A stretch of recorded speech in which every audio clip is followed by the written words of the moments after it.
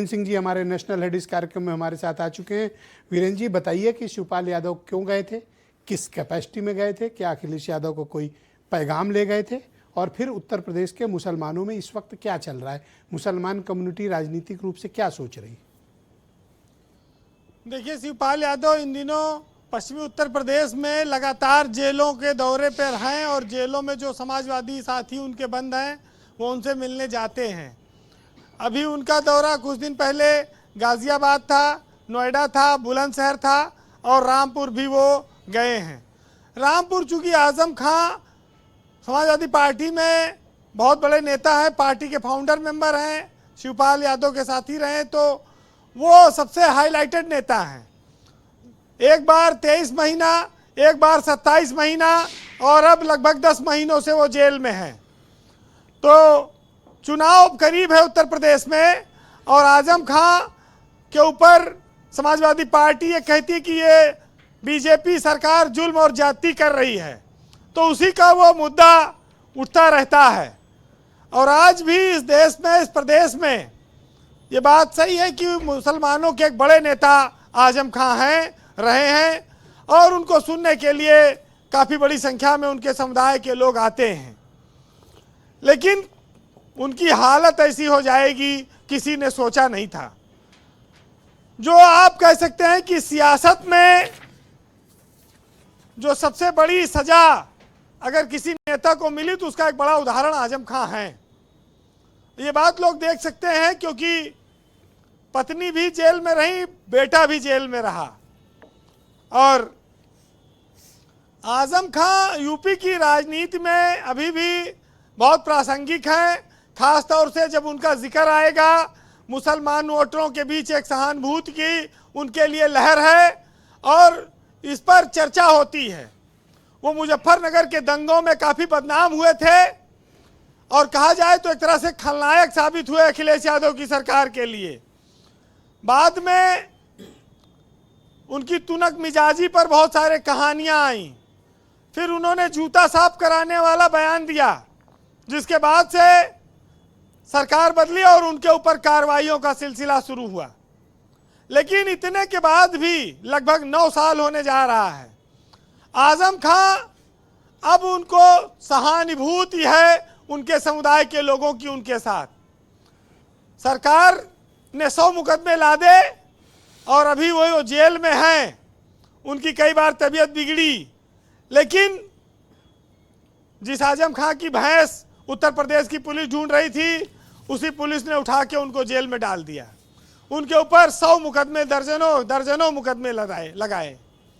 वक्त का फेर है और आप ये कह सकते हैं कि वो कुछ लोगों की कश्ती खुद अपने हाथ से डूबती है, तो आज़म खां भी उसके एक उदाहरण हैं जी। और अब वो सेहत का हवाला दिया जाता है, उम्र का हवाला दिया जाता है, बहुत सारी बातें हैं।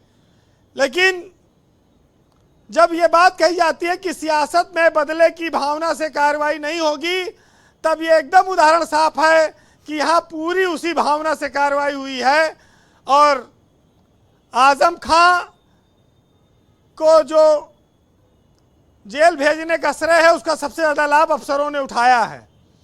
और जो आंजनेय कुमार सिंह रामपुर के डीएम थे, उसके बाद से वो मुरादाबाद के कमिश्नर हैं।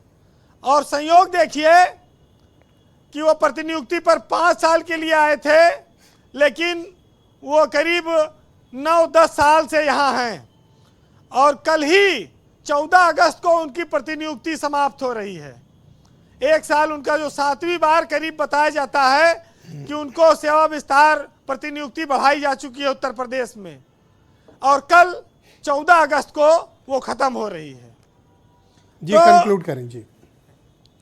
देखिए ब्रजेश जी, उत्तर प्रदेश में मुसलमान बीजेपी को तो वोट देता नहीं है। इन्होंने कोशिश तो की, भाईचारा सम्मेलन किया और अल्पसंख्यक सभा भी है, लेकिन वो बात बनी नहीं कभी। लोकसभा में कांग्रेस और समाजवादी के साथ पाकर मुसलमानों ने उनको भरपूर वोट दिया। अभी इधर एमआईएम ने 3 प्रवक्ता बना दिए नए कि तेजी से बैटिंग करो, तो अब ये फोकस होगा कि मुस्लिम वोट कितना कटेगा। जितना मुस्लिम वोट कटेगा उतना बीजेपी को फायदा होगा, क्योंकि इधर कुछ जो यूथ है, जो ये आंदोलन हो गए पेपर लीक वाले, उसकी भरपाई सेंधमारी करके हो सकती है। दूसरा एक और गेम है कि अगर आजम खां का मुद्दा ज़्यादा तेजी से उठेगा तो हिंदू वोटों का ध्रुवीकरण बीजेपी के पक्ष में होगा, तो बीजेपी को इसका स्वाभाविक लाभ मिल सकता है।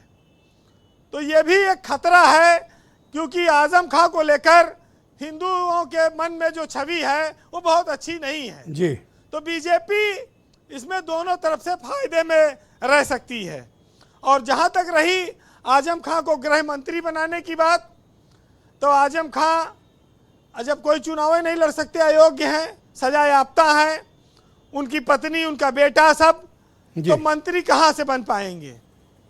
अब वो 6 महीने के लिए सरकार किसी को मंत्री बना दे वो अलग बात है, वैसे मंत्री तो बनना मुश्किल है, और सरकार जब आएगी तब मंत्री बनेंगे, तब तक पता नहीं सेहत कितना साथ देगी। ये जरूर है कि विधानसभा चुनाव से पहले आजम खां की राय महत्व रखती है और जेल में मिलने जुलने का सिलसिला तेज होगा, इसमें कोई बड़ी बात नहीं है। जी वीरेंद्र जी। मुनव्वर राना साहब का एक शेर है कि बुलंदी देर तलक की शख्स के हिस्से में रहती है, बहुत ऊंची इमारत हर घड़ी खतरे में रहती है। लेकिन उसी के जवाब में लोगों ने कहा भी उसको आगे बढ़ाते हुए कि कल सियासत में भी मोहब्बत थी, आज मोहब्बत में भी सियासत है।